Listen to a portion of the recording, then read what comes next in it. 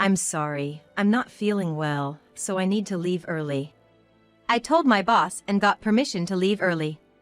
In truth, while I was feeling a bit under the weather, the real reason I needed to leave early was something else entirely. As I entered my house, I heard some noises coming from the back room. Trying not to make any noise, I walked towards the back room and stopped in front of the door. Then, I heard indecent voices of a man and a woman coming from inside. Quietly, I opened the door and peeked inside. There were Mike and Emily, looking lovingly at each other. I really messed up marrying such an unattractive woman. Young and pretty is definitely better. I'm so happy. Let me make you feel even better. I involuntarily closed my eyes. Even though our marriage was on the rocks, I still wanted to believe. But now, faced with this reality, I can't run away. There's only one thing left to do. To bring down the two who have caused me so much pain. My name is Ashley Johnson. I'm a 30-year-old housewife working part-time at a major company. My husband is Mike, 2 years my senior, working in local real estate. Our meeting was 2 years ago at a party hosted by a friend. It was a gathering of about 10 people, evenly split between men and women. There was one man who seemed to be orchestrating everything around. That was Mike. He was brimming with confidence, always smiling, and made sure the conversation never died, entertaining everyone. I guess people like him are really good at their job. The first day I met him, that moment, I was drawn to Mike. But what about Mike himself? All the girls there were younger, cuter, and more fashionable than me. There's no way he would be interested in someone as plain and quiet as me. Watching everyone getting along, I thought I shouldn't have come. That's when it happened. Let's drink together. Mike came over to me. I was so happy, I couldn't help but smile. Then Mike said, "You have a beautiful smile." Thanks to that one line, I felt instantly closer to him. We exchanged contact details and later went on our first date. From there, our relationship developed further, and 3 months after we met, we started dating. And a year later, I'll definitely make you happy. Let's get married. Mike proposed. I look forward to it. 6 months later, surrounded by well wishes, we became husband and wife. But married life wasn't as sweet as I thought. Being a working couple was harder than I expected. Far from the ideal I had in mind at the beginning of our marriage. That made me face the harsh reality. Mike was busy with work, usually getting home around 9 p.m. At first, we used to eat together even if he came home late, but then he stopped having dinner at home, saying he was eating out with colleagues. And gradually, we stopped having meals together.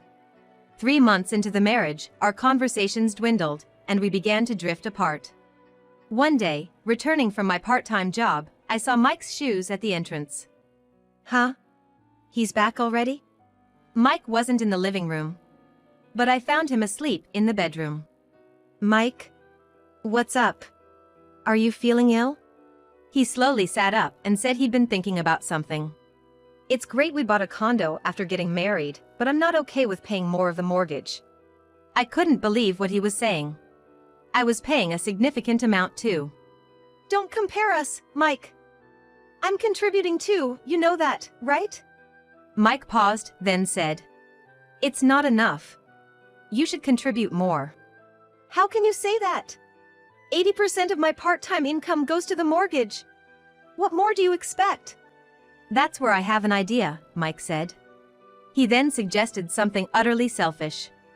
Increase your part-time hours. What? Work more hours, earn more. You said you wanted to work more, right? Being cooped up at home all day is depressing. More hours, less discontent. Plus, it'll help us pay off the mortgage faster. Wait a minute. Sure, more hours might ease things, but my body can't handle it. I was already overwhelmed with household chores, let alone increasing my work hours. But Mike just insisted it would be fine. So, I suggested he help with the chores. What? Are you kidding me? I work from dawn till late at night. And now you want me to do chores too? I'm not asking for everything, just help with things like taking out the trash or cleaning the bathroom. Hearing this, Mike's expression hardened and he lashed out. Don't get carried away because I'm being lenient. Why should the man of the house do chores? That's a housewife's job, something you should be doing anyway. And no way your increased work hours will make a big dent in the mortgage. What can someone earning peanuts say? Talk about that after you earn like I do. You just need to listen to what I say. Got it? I was so shocked by Mike's words, showing he only thought of himself, that I couldn't even argue back. I just listened. After that day, my relationship with Mike deteriorated even further. Every day, he pressured me to work longer hours. If I refused, I'd face his terrible verbal abuse. Out of fear, I told my boss I wanted to increase my work hours, but I was told it couldn't happen until the next month's contract. Mike's pressure continued during that time. Finally, a month later, I managed to get my working hours increased. But that was the beginning of 6 months of hell. With more work hours, I had less time for housework. I started work at 7 a.m. and finished at 5 p.m. After shopping, I'd get home around 6 p.m. and start on the household chores. Before I knew it, it was time for Mike to return home. And he still came home late, never helping with the housework. I ended up being chased by both work and house chores every day. My body and mind were increasingly exhausted, worsened by Mike's verbal abuse. You can't even get the bath ready? You're a failure as a housewife. This is definitely grounds for divorce. And on another day, you've aged recently. Going straight to becoming an old lady because I don't pay attention to you? Please, don't make me your caregiver. He was like a different person with his words and actions. I didn't even want to see or hear Mike anymore. Then, one day, Mike brought home a woman. This is my cousin Emily. Nice to meet you, I'm Emily, his cousin. They claimed to be relatives, but I had no memory of her. Really a relative? Skeptical, I questioned Mike, who insisted she was a relative. That didn't make sense. I had met all his relatives at our wedding and introduced myself. But I had never met Emily. Were you at our wedding? Mike quickly denied it. She was too busy to come to the wedding. And since Emily is a distant relative, it's not strange that you don't know her. I couldn't believe him. As I looked doubtful, Mike told me to get Emily a drink. Sighing, I went to the kitchen to make coffee, and Emily followed me. Ashley, are you a full-time housewife? No, why? You look a bit aged. But now I understand why. Balancing a job and housework, you have no time to pamper yourself. I was irritated by Emily's words, but restrained myself. Then Mike joined us, agreeing with Emily. Emily's got a point. You've been neglecting your makeup because you're busy. It's like you've given up on being a woman. And you can't even do housework properly. Remember when you didn't even get the bath ready when I was tired? Terrible, right? Wow, that's really bad. I'm definitely better than a woman who can't even do housework. They laughed and pointed at me. After that, they kept making snide remarks at me for 3 hours until Emily finally left. A week later, I came home from work and saw Mike's shoes and unfamiliar women's shoes at the entrance. What's this? Feeling uneasy, I went to the living room. There I found Mike and Emily drinking wine. What are you doing? You're back? I got home a while ago. Oops, sorry for intruding. They both seemed already tipsy, their actions suspicious. 3 cans of beer and wine? That's a bit much. When I tried to take the half-finished wine, I faintly smelled body wash from Emily. And strangely, the same scent from Mike. I recognized that scent. It was the scent of the body wash I use. Why would they both smell the same? Then I noticed something different about Mike. You're wearing different clothes. I realized the odd feeling I had earlier. Mike was wearing clothes he usually saved for dates. That meant something. At that moment, my suspicions turned into certainty. That night, Emily stayed until 2 a.m. I was at their beck and call the whole time, cooking, running out to buy more drinks, and not even getting a chance to bathe. Hey, wake up. You'll catch a cold. Let's go to bed. I got the drunken Mike up and took him to bed. 3 weeks passed, and Emily was nowhere to be seen, but one thing had changed. My body wash was running out much faster. This intensified my doubts and left me restless. I had been thinking about something all this time. And then the day came. I'm sorry. I feel unwell and need to leave early. I told my boss and got permission to leave early. I wasn't feeling great, but more importantly, I had to leave early today. When I opened the front door and entered, I heard noises from the back room. I quietly approached and stopped in front of the door. Inside, I heard indistinct voices of a man and a woman. I softly opened the door and peeked inside. There were Mike and Emily, looking affectionately at each other. Marrying that ugly woman was a huge mistake. Young and cute is definitely better. I'm so glad! Let me make you feel even better. I had to close my eyes. Even though our marriage was falling apart, I still had a sliver of hope. But now, I couldn't run from the reality in front of me. I had to do something to bring down the two who caused me so much pain. I took out my phone from my bag and started recording them. About 10 minutes passed. That's enough. I had enough evidence. Resolved, I burst open the door. Ah! Ashley! Why are you here? The two were in a state of panic at my sudden appearance. Without a moment's delay, I showed them the phone in my hand. This is the video I just recorded. What? You're joking! Erase that now! There was no way I was going to erase it. This was solid evidence of their affair. And it wasn't something only I should know about. I sent the video to your husband. What? Husband? Emily, you're married! Mike turned pale and confronted Emily, but she seemed not to hear his words and simply uttered. Huh? Do you understand what I said? I told you, I sent a video of what you two were doing to your husband. What are you doing? Right after I told her I sent the video, Emily, with a furious look, lunged at me. However, she got tangled in the sheets and fell off the bed with a thud. Ouch! Worried about Emily, Mike asked if she was okay and reached out to help her. What are you doing? Why are you trying to help her? What do you want, Ashley? What's fun about doing such a terrible thing? What did we ever do to you? I was speechless with disbelief. They had no idea what they had done. They were no longer human to me, just animals driven by desire. It's tiring even to put it into words. There's perfect evidence, and you still won't admit to the affair. That's the end of you as a person. I showed them the video I had recorded earlier. Mike shouted, "Stop it. Erase it now. If you want to stop it, try to do it by force. You're a man, aren't you?" Provoked, Mike, face red with anger, tried to snatch my phone but, like Emily, got tangled in the sheets and fell off the bed. Damn! What are you two doing? Do your actions become similar when you keep being intimate with each other? I said, looking down at the two of them sprawled on the floor. Mike glared at me fiercely, and Emily looked defeated. Looking at me like that doesn't scare me. But are you okay with this? Fighting with me here? What are you talking about? Clueless, they looked at me, so I showed them the screen of my phone. Oh! The moment Emily saw the phone, she froze, mouth agape. I'm connected right now. If you have something to say, please go ahead. If you have the courage to talk to him, that is. Emily was stunned, and Mike didn't seem to understand what was happening. Mike, you don't understand, do you?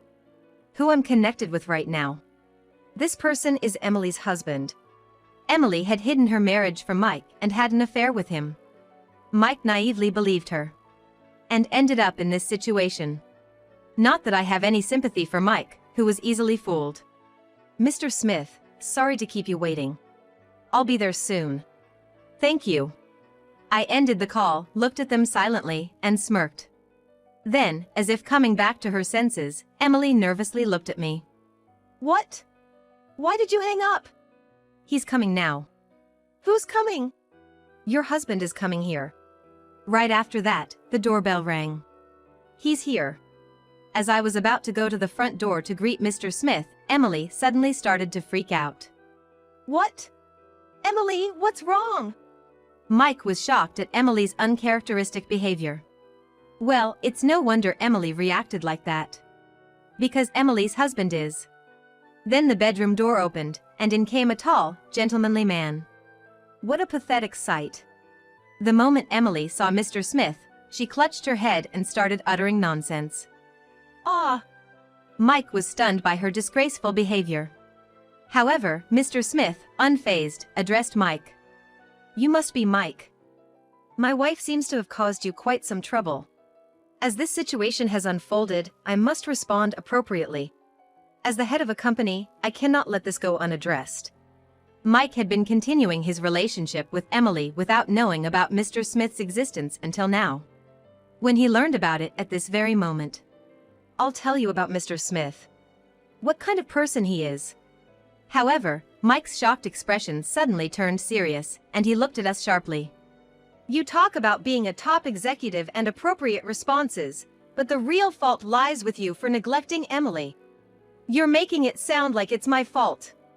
Besides, you're just some lowlife husband lecturing me. What kind of top executive are you? Probably just a third-rate company president. Talk to me when you earn more than I do. Jerk. How can he criticize others so selfishly after having an affair? I'm ashamed that I chose such a man as my husband for life. What?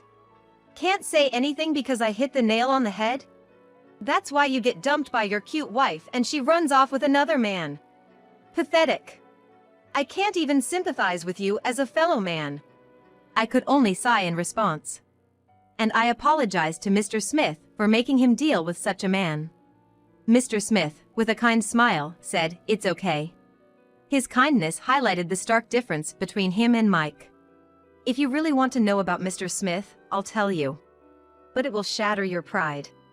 Huh? No way that's true. Mike continued with his arrogant attitude. You're really foolish. This man is the president of the company I work for. At that moment, Mike's face turned ashen. Huh? No, that can't be true. Because the company you work at is... You get it now, right? The president of the company I work for, that means something. I work at a local food manufacturer, Smith Iron Foods. It's a major company with well over 500 employees. And Mike's company happens to be a subcontractor for it. No way! The president of Smith Iron Foods? But how did you and the president? Normally, a part-timer like me wouldn't exchange contact information with the president of the company. Well, you guys created that opportunity, though. It's unheard of for a mere part-time employee to be in contact with the company's president. But due to a minor incident, I came to know Mr. Smith's contact details. This started 3 weeks ago, when I suspected Mike and Emily of having an affair. They were acting like lovers, touching intimately, even hugging. To anyone, it would seem like they were in a relationship. And during a brief moment when I was away, I found evidence in the trash that they had been intimate. Since then, my mind has been filled with thoughts of Mike's betrayal. And as if to add fuel to the fire, I was burdened with the daily tasks of work and household chores. Gradually, I could feel both my body and mind starting to break down. One day, during lunch break in the company cafeteria, Mr. Smith approached me. Miss Johnson, you look quite exhausted. Is the office work too tough? I was surprised. Despite not being a staff member, Mr. Smith, the president, knew me. He said he knew all the employees' names and sat down across from me. Then, unexpectedly, he started talking about himself. He married a woman 20 years his junior 3 years ago, and while the marriage started happily, his wife's attitude changed within 6 months. She stopped doing any housework and lived a life of leisure. It's tough for you too, Mr. Smith. But why are you telling me this? I felt you might be going through something similar. Marriage is truly challenging. Unlike your situation, the reason for my marital issues is entirely my fault. I spoiled my wife too much, a classic case of being blinded by love. Mr. Smith looked a bit sad as he said this. But something else caught my attention. What's your wife like, Mr. Smith? Without saying anything, he took out his phone and showed me a photo of his wife. Is this really your wife? I was shocked when I saw the photo. Yes, it is. The woman he pointed out as his wife was Emily, whom Mike had introduced as his cousin. Emily, right? How do you know my wife's name? I told Mr. Smith everything I knew. I see, Ms. Johnson. Thank you for telling me. I'll remember this. As he was about to leave, I stopped him. I also have something I want to talk to you about, I said to Mr. Smith. I told him about how Mike and Emily had been coming to the apartment almost daily and engaging in an affair. How did you know? By the scent. The fragrance of my body wash that wasn't there in the morning. They were always taking a shower before getting together. Using my body wash. Indeed, the amount of body wash had been decreasing abnormally. I see. But just knowing that doesn't seem like enough to do anything about it, does it? That's why I wanted to consult with you. That's when I decided on the day to barge into the room. For that reason? You say that, but anyone would wonder if the scent of their body wash was filling the room. If you're going to cheat, you should have been more careful about your surroundings. Mike slumped his shoulders in defeat, and behind him, Emily, who had screamed herself hoarse, was staring blankly at the ceiling. Suddenly, Mike started muttering to himself. Step back a bit. Eh? Right after that. Are you kidding me? He came at me with a demonic look. But the next moment, Mike was suspended in the air and then fell to the floor. Ugh! I've been learning Taekwondo, just in case something happened. Never thought it would come in handy here. Mr. Smith then sternly addressed Mike, who was lying on the floor. I will be reporting this matter to the president of your company. Knowing him, he will impose a severe penalty. Be prepared for that. And for me too. This is a divorce paper. I've already filled in my name, so I need you to write yours now. And because you spent all our savings on that woman, there will be no division of assets. As for alimony, you can look forward to a call from my lawyer soon. Following that, both of them faced difficult times. Mr. Smith divorced Emily that day and demanded a substantial alimony. Emily, who had never worked before, now lives in a shabby apartment, working night shifts and allocating 90% of her earnings to pay the alimony. As for Mike, he signed the divorce papers on the spot and filed them immediately, finalizing the divorce. The next day, just as Mr. Smith said, Mike's boss demoted him and transferred him to a rural area. With the high alimony bill and his need to survive, he's been physically exhausting himself with construction work after his day job. Yet, he's still barely making ends meet and is now living a mentally tormented life. As for me, after the divorce, I sold the apartment we lived in and moved to a new one. My life, once devoid of freedom, is now filled with it. Since the incident, I've become quite close to Mr. Smith. I'm not ready to seek new relationships just after my divorce, but I hope to meet someone wonderful in the future. Of course, for now, my work and personal life are my top priorities.